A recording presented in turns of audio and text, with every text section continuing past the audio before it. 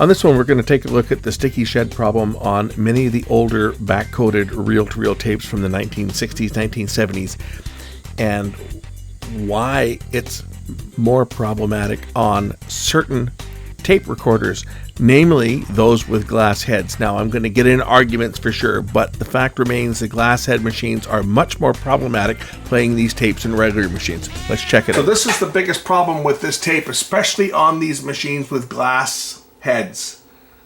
This tape will probably play fine if I played on my standard machine with standard metal ferrite heads. But this has got the glass and ferrite crystal head, as they call it.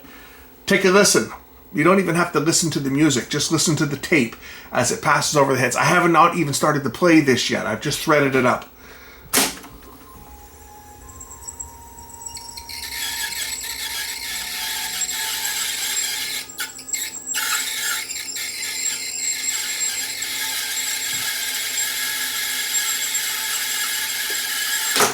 That's the problem with this back-coated tape.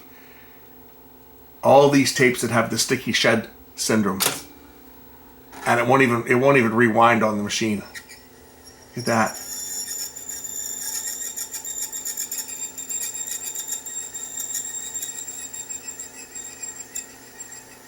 That's how bad this tape was. Oh yeah, I haven't even got into to make the recording yet. You can hear the actual tape squeaking as it's going past the heads.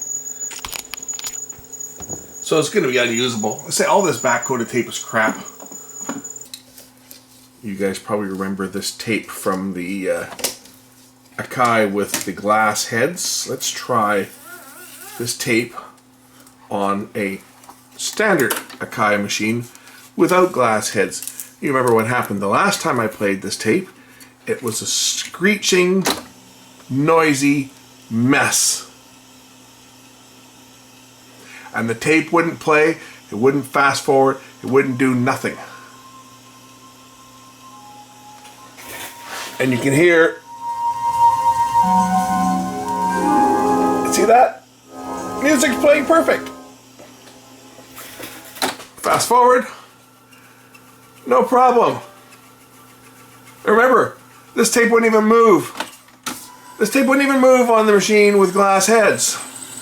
I'm getting sick and tired of people, know-it-alls, that call me out and tell me that I don't know what the F I'm talking about when I tell you that the glass heads are a piece of crap. The only thing the glass heads had going for them was that they didn't wear. But they don't perform well with these old tapes. The tapes stick. Let's go to the next tape. This was the Sony ULH.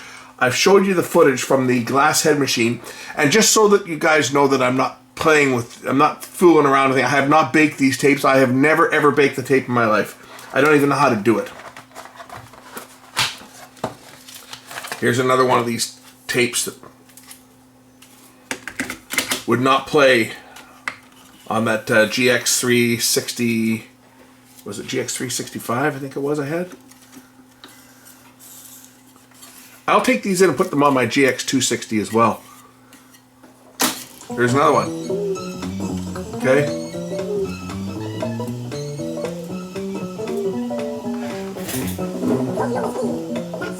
Oh, this one's in the wrong speed. I gotta take the capstan off on this thing to slow it down because this is a single speed machine. Okay. There you go.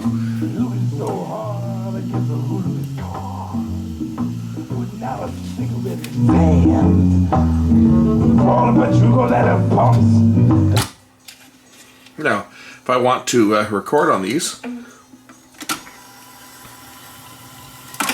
we'll make a recording on this tape. And again, this is this old tape that, you know, it would not play on that Akai at all. This is the problem with glass heads, and you know, every time I talk about glass heads, I get a bunch of so-called experts out there that, as far as I'm concerned, get a track queued up here. Let's see what we're gonna play here. So we'll put this into record by pressing the record button, and to record, start it recording.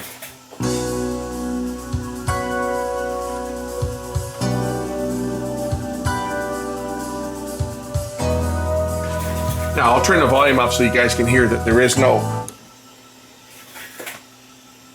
squeaking. There's no screech.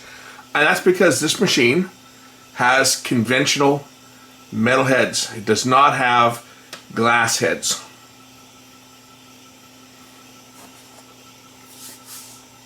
We'll take a look at the heads on this just so you guys understand what I'm talking about. But the big problem with glass heads is glass is very smooth. And when you get this super smooth tape, these high grade ferrochrome or the Ampex 291, Sony ULH7 back-coated tape, ultra low noise. The problem that happens with these tapes is that as they age, the binder, I think, starts to pick up moisture, or the lubricant dries out in them. Anyway, they stick to the ultra smooth glass heads that Akai made for some of their GX series of tape decks.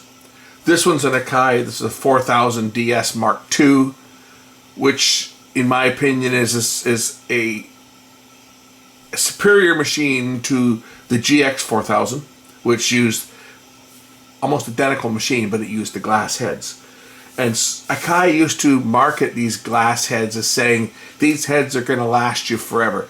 You know, they were, at the time, I remember the marketing, it was, they would guarantee them. They say, you could play a tape 24 hours a day for 20 years on these heads, and they won't wear out because they're so hard. It's glass.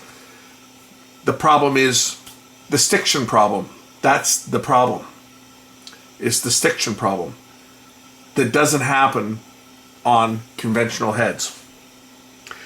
What happens, the tape itself becomes sticky, what's known as the sticky shed syndrome.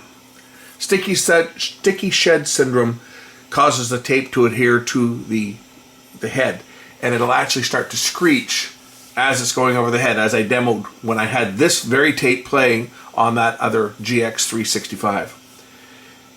Then what happens is the tension goes up really high between the heads and the pinch roller capstan, because this is pulling the tape through. And because the tape is sticking to the heads, the tension goes up really high, and it causes the tape to start to stretch in that point between the heads where it's sticking and the capstan pinch roller.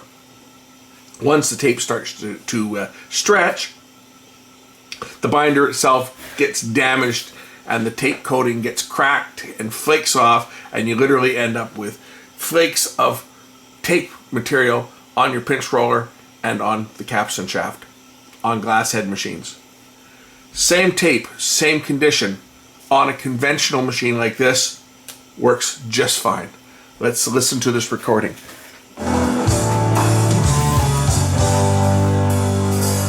Wait for it to end here. It's almost over.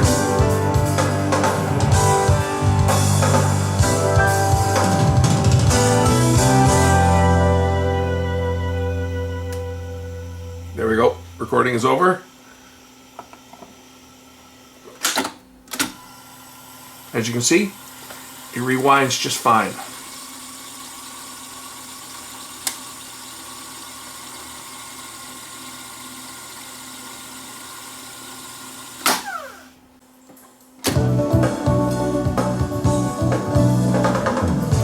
So there it is playing back.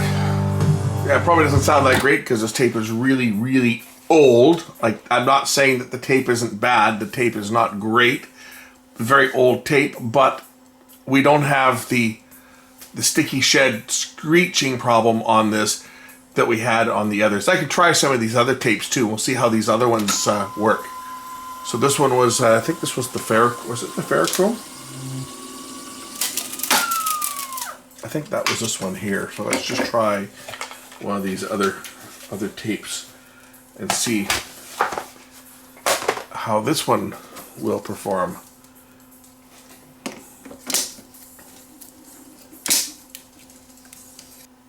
Good enough. Okay, let's go back to this track. We'll do this one.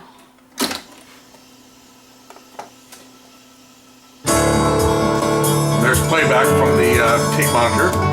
Source, playback.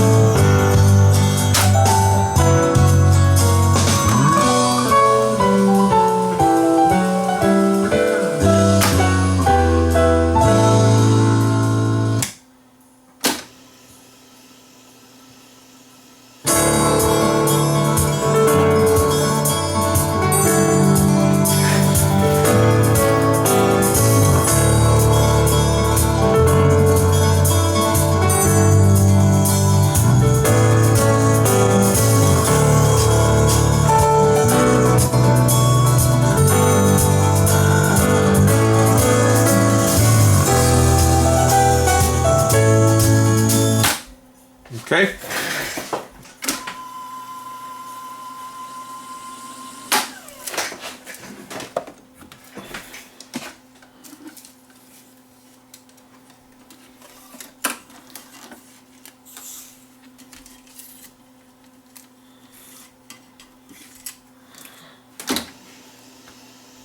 No squeaking. I got the volume obviously turned off now, just so you can hear that the tape is nice and quiet. The last tape that I also ran into trouble with on the other machine that I tried was this Ampex 291. So we'll thread this Ampex one up.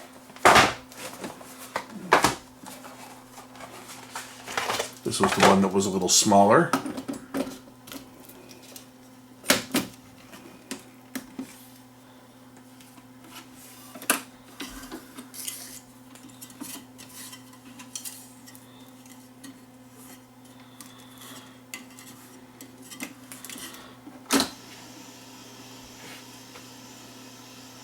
Nice and quiet.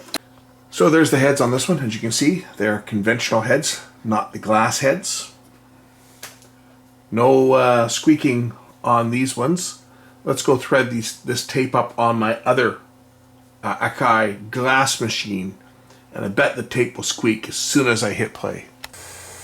Those are the two recording heads for the reverse direction, recording and play heads for the reverse direction. Capstan shaft is center on this. Let's take a listen to this one. So we'll thread the tape up. Nice thing about these was it had the center capstan, so it would auto reverse. So if I go play, you'll probably hear this thing start squeaking almost immediately.